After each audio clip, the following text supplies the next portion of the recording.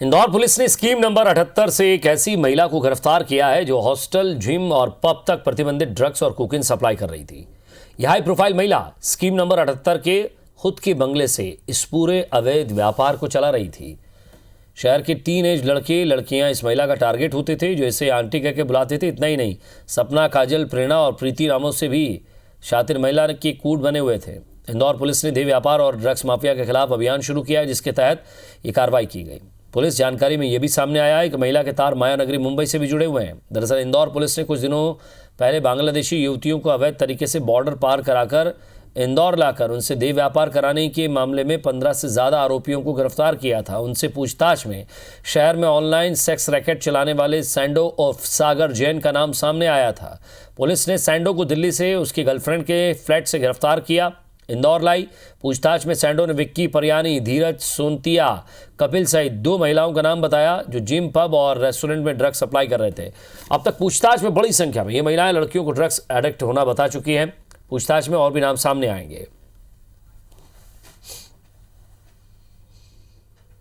जो ड्रग्स में बेचने वाले गिरोह हैं और व्यक्ति हैं, उन पर बारीकी से निगाह रखी थी।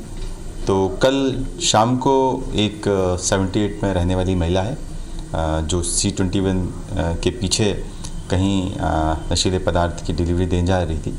तो उसी समय हम लोगों ने उसको गिरफ्तार किया है।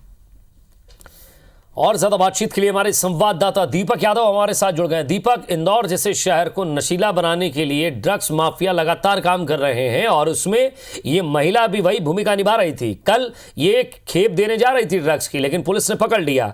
कहां कहां ये दे चुकी हैं, किस जिम में दे चुकी हैं, किस रेस्टोरेंट में दे चुकी हैं, किस पब में दे चुकी हैं, सब पर कार्रवाई करने की पुलिस क्या तैयारी कर रही है?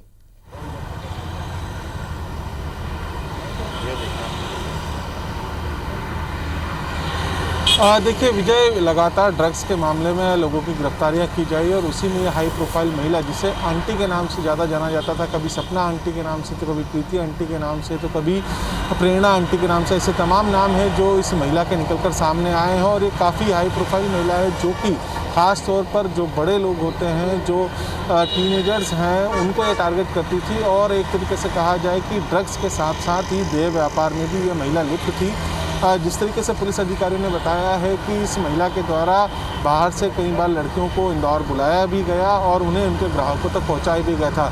और इसके अलावा जो हाई प्रोफाइल ड्रग्स होते हैं, कोकीन हुआ, MD हुआ, इस तरह की जो ड्रग्स थी इस महिला के मार्फत अलग अलग जगहों पर पहुंचाई जाती थी। और एक तरीके से कहा जाए कि ये रैकेट पिछले कई दिनों से चल रहा था, लेकिन जब कड़ी दर कड़ी पुलिस तफ्तीश कर रही है तो इस तरह के आरोपी भी निकलकर सामने आ रहे हैं। और निश्चित तौर पर इसका जो एरिया था जहां पर सबसे ज़्यादा ड्रग्स सप्लाई करती थी वह हॉस्टल्स थे। विजयनगर क्षेत्र चूँकि काफ़ी पॉश इलाका है, सबसे ज़्यादा होटल्स यहाँ पर हैं।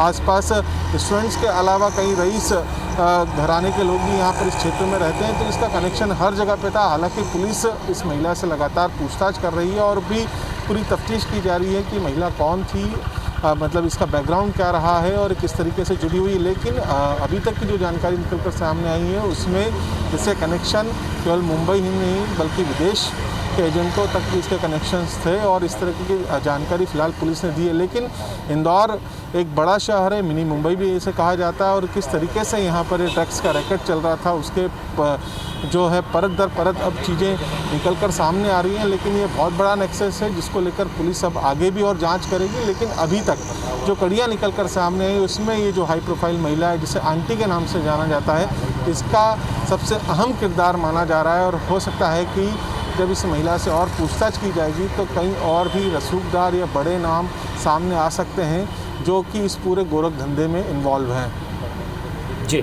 दीपक, लेकिन सवाल ये है कि इस नेक्सस को कौन चला रहा है, इसका मेन सरगना कौन है? ये तो छोटी मछलियां हैं, किसके कहने पर ये कर रही थी, इनको कौन सपोर्ट कर रहा था? मुंबई तक इनके तार जुड़े हुए हैं। सवाल ये है कि उस शख्स तक पहुंचना भी ज़रूरी है।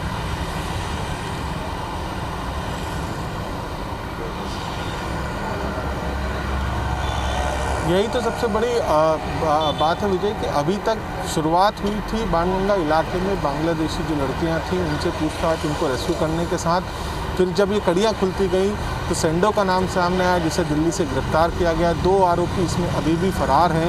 इसके अलावा इस महिला की पतासाजी लगी तो जैसे ही जानकारी लगी पुलिस ने दबिश देकर इसे गिरफ्तार किया, लेकिन अभी भी निश्चित तौर पर इतने बड़े नेक्सस को चलाना किसी 1 या 2 व्यक्ति के हाथ का काम नहीं है, बल्कि किसी बड़े व्यक्ति का इसके पीछे हाथ है, जिसके कनेक्शंस जो हैं माया नगरी मुंबई तक भी हैं, विदेशों तक भी हैं। और एक तरीके से कहा जाए कि जो हाई प्रोफाइल पार्टियां होती हैं, जो जिस तरह के इवेंट होते हैं, उनमें ये अक्सर देखे जाते रहे हैं। और वहीं पर ये सबसे ज़्यादा, क्योंकि ये इतनी महंगी ड्रग्स हैं कि उनके ग्राहक भी उसी स्तर के होते हैं। चलिए दीपक, आप नजर बनाए रखिएगा, आगे भी आपसे अपडेट लेते रहेंगे। बहुत बहुत शुक्रिया इस तमाम बातचीत के लिए।